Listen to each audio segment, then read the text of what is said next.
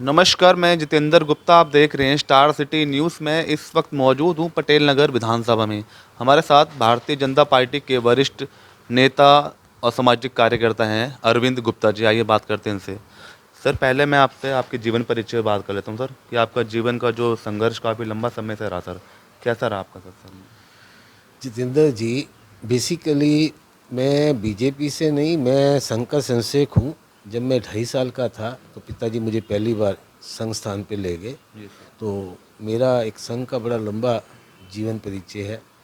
बाद में जब जनसंघ की स्थापना हुई तो मैं जनसंघ के समय से सक्रिय रहा, और जब 82 में बीजेपी का निर्माण हुआ तो पहली बार मुझे बीजेपी के महानगर युवा मोर्चा के अध्यक्ष के नाते माननीय स्वर्गीय अरुण जेटली जी के साथ काम करने का सौभाग्य मिला। जी सर। उसके बाद निरंतर बीजेपी में विभिन्न विभिन्न पदों पर रहते हुए मैंने संगठन की सेवा करी। युवा मोर्चा में राष्ट्रीय कार्यकारिणी में तक लेके राष्ट्रीय संयोजक के नाते जहाँ जहाँ संगठन ने मुझे मौका दिया, मैंने संगठन की सेवा करी। और जो आज की आम आदमी पार्टी सरकार है इन 8 सालों में, आप क्या देखते हैं? तो दिल्ली के विकास को लेके बात करती है अरविंद केजरीवाल जी। पानी पे हमने, बिजली पे काम किया, शिक्षा स्वास्थ्य पे। क्या लगता है आपको सर? पहले की राजनीति और आज की राजनीति में बहुत अंतर है। पहले हम लोगों के आपस में विचारों के मतभेद तो रहते थे एक दूसरे संगठन में, पर कभी मनभेद नहीं रहे। पिछले 8 साल से अरविंद केजरीवाल जी ने जो एक नई तरीके की झूठ की राजनीति का शुरुआत करी, और मुफ्त की जो राजनीति दे के जो दिल्ली की जनता को गुमराह करा, और कुछ समय तक लोग गुमराह हुए, पर मुझे लगता है समाज जागरूक हो गया है। उनकी सारी असलियत समाज के सामने आ गई है। उनकी मुफ्त की राजनीति, जो झूठ की राजनीति, अब लोगों को समझ आने लगी है। और इसका आने वाले समय में एमसीडी चुनाव पर भी असर दिखेगा। और मुझे लगता है कि आने वाले समय में दिल्ली एमसीडी में बीजेपी पूर्ण बहुमत के साथ अपनी सरकार बनाएगी। क्यों लगता है आपको सर?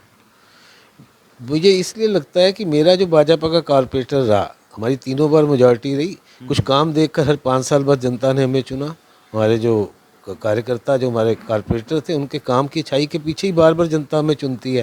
और मुझे इस बार भी पूर्ण विश्वास है कि इस बार भी एमसीडी में पूर्ण बहुमत के साथ भाजपा आएगी। सर, मगर कर्मचारी जो समय समय पर स्ट्राइक पे चले जाते हैं अपनी तनख्वाह को लेके, 6-6 महीने, ये भी काफ़ी बड़ी एक समस्या है इन कर्मचारियों की।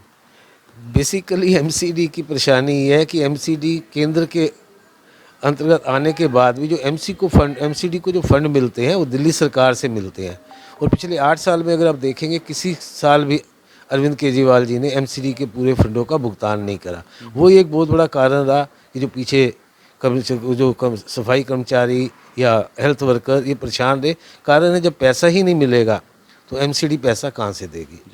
अच्छा, आप सर काफ़ी संस्थाओं से भी जुड़े हुए हैं अब राजनीति के अलावा, तो किस किस प्लेटफॉर्म में आप काम कर रहे हैं अरविंद जी आप? मैं बहुत सारी सामाजिक संस्थाओं के साथ जुड़ा पड़ा हूँ। मुझे 2004 में अपने देश के राष्ट्रपति जी से सेवा कार्य के लिए सम्मानित किया गया।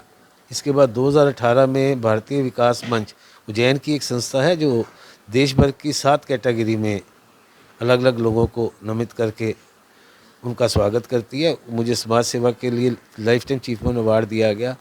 और पिछले 2019-20 के लिए इंटरनेशनल पीस फाउंडेशन वालों ने मुझे दिल्ली पुरुषोत्तम अवार्ड और 1 लाख रुपया नगद की राशि देकर सम्मानित करा। सर, कांग्रेस में अध्यक्ष की जो लड़ाई चल रही है, इसमें घमासान हो रहा है। कांग्रेस का जो है चेहरा कौन हो सकता है सर इस बार? सामने देखने में जो आ रहा है, अब टीवी उसमें देख रहे हैं, मल्लिकार्जुन जी और शशि थरूर के अंदर मुकाबला चल रहा है। बट इसके बाद भी मैं ये जरूर कहूँगा कि वर्चस्व जो रहेगा वो सोनिया गांधी और राहुल गांधी और प्रियंका गांधी का ही कांग्रेस में रहेगा। पर मुझे एक बात कहने में थोड़ा सा वो लग रहा है कि राहुल गांधी, जिन पे अभी सारी निगाहें टिकी पड़ी थी, जो अपनी उस भारत जोड़ो यात्रा पे निकले पड़े हैं, मुझे अभी अभी आप जो पूछ रहे थे मेरे से कि राहुल गांधी के लिए क्या आगे फ्यूचर है, राहुल गांधी एक अच्छे पुत्र हो सकते हैं। एक माँ के पुत्र के नाते माँ पुत्र को प्यार करे, अच्छी बात है, पर एक अच्छे राजनीतिक मुझे नहीं लगता राहुल गांधी कभी भी रहेंगे। कांग्रेस का अध्यक्ष बनता है गांधी परिवार के अलावा, तो क्या रिमोट कंट्रोल गांधी परिवार पे ही रहेगा सर? जितेंद्र जी, स्पष्ट नज़र आ रहा है 2 लोग मैदान में हैं, शशि थरूर जी और मल्लिकार्जुन जी। और मल्लिकार्जुन जी पे गांधी परिवार की कृपा दृष्टि होने के कारण पूरी कांग्रेस उनके पीछे खड़ी है। और जिस व्यक्ति पे गांधी परिवार की कृपा दृष्टि नहीं होगी वो कांग्रेस का अध्यक्ष नहीं बनेगा। और जो भी कांग्रेस का अध्यक्ष बनेगा, आज बने या 10 साल बाद बने, वो उसका रिमोट कंट्रोल गांधी परिवार के पास ही रहेगा। और कुछ एक छोटी सी कोई अपील देना चाहेंगे अरविंद जी आप लास्ट में? मैं जो भी आपने अरविंद केजरीवाल जी के बारे में सवाल पूछा, मैं आने वाले एमसीडी चुनाव के लिए दिल्ली की जनता से यही अपील करूंगा कि भाई आंख खोल के व्यक्ति का व्यवहार देख के, उसका आचार देख के 8 साल में आप लोगों ने टेस्ट कर लिया अरविंद केजरीवाल जी की झूठ की राजनीति को। मेरी आप सबसे प्रार्थना है कि आने वाले एमसीडी चुनाव में भारतीय जनता पार्टी के उम्मीदवारों को आप लोग विजयी बनाएं, क्योंकि इससे ज़्यादा स्वच्छ और सुंदर पार्टी आपको कोई और नहीं मिलेगी। धन्यवाद सर।